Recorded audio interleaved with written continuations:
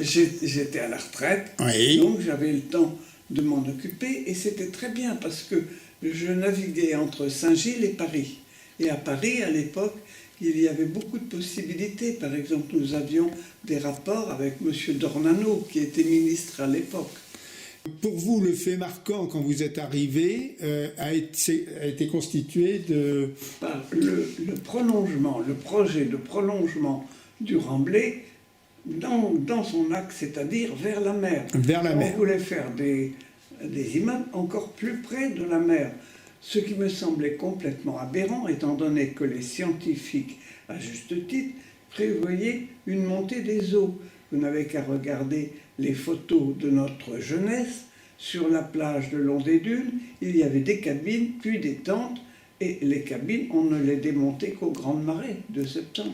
Il y avait déjà plusieurs immeubles, et on voulait continuer à refaire des immeubles le long de ces éventuels 200 mètres prolongés, et encore plus près du littoral et du Remblai, ce qui nous a semblé une aberration complète. Nous avons fait un recours devant le tribunal administratif.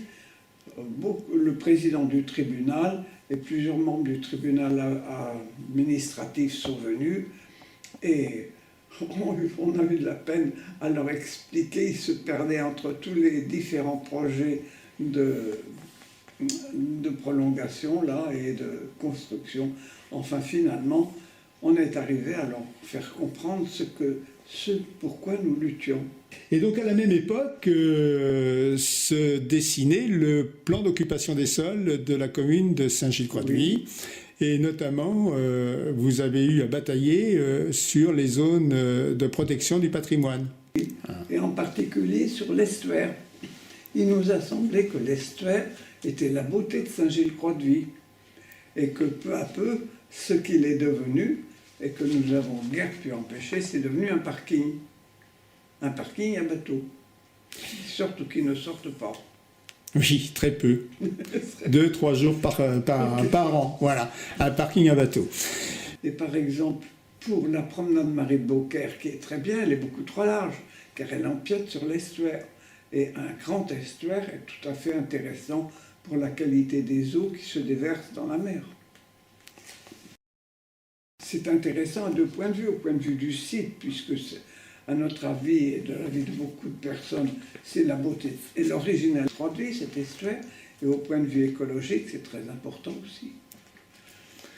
Dans ces projets que vous avez défendus ou combattus, Saint-Hilaire a tenu aussi une place, parce qu'on parle de Saint-Gilles-Croix-de-Vie depuis 5 minutes.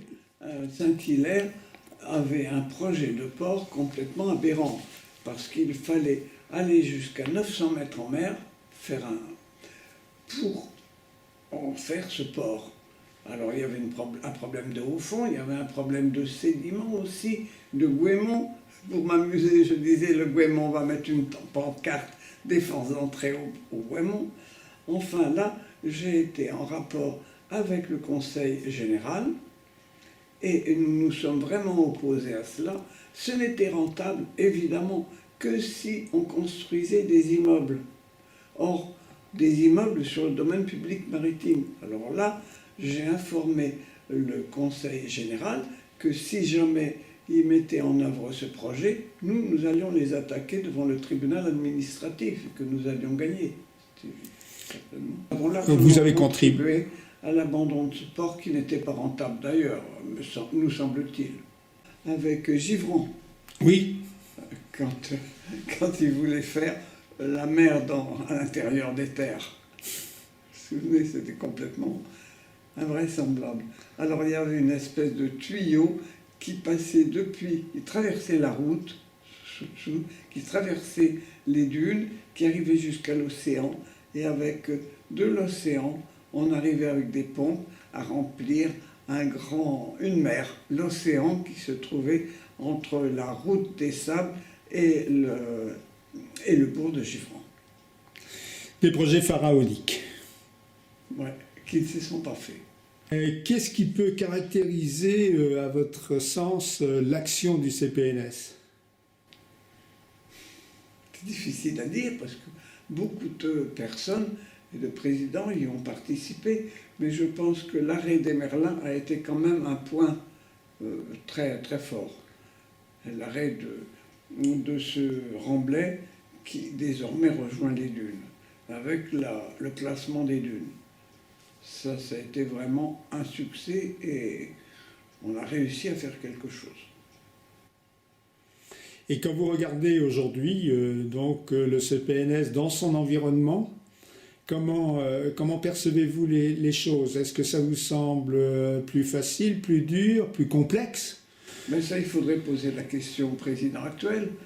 Mais c'est plus large. Parce que ce qui est compliqué, c'est que pour intéresser les gens du pays, c'est que tout le monde sait bien que chaque individu s'intéresse quand il est touché. Si c'est beaucoup plus général, c'est beaucoup plus difficile. Il me semble qu'il y a la question pour émettre l'eau, parce que tout le monde est sensible à la qualité de l'eau. Que l'eau intéresse, la qualité de l'eau est la conséquence de la réalisation ou non d'un certain nombre de projets. Bien, écoutez, est-ce que vous voulez rajouter un point sur ces 40 ans du CPNS? Que je suis heureuse d'avoir trouvé d'autres présidents qui ont pris la relève. Très bien. Ben, écoutez, je vous remercie. On va conclure là. Merci.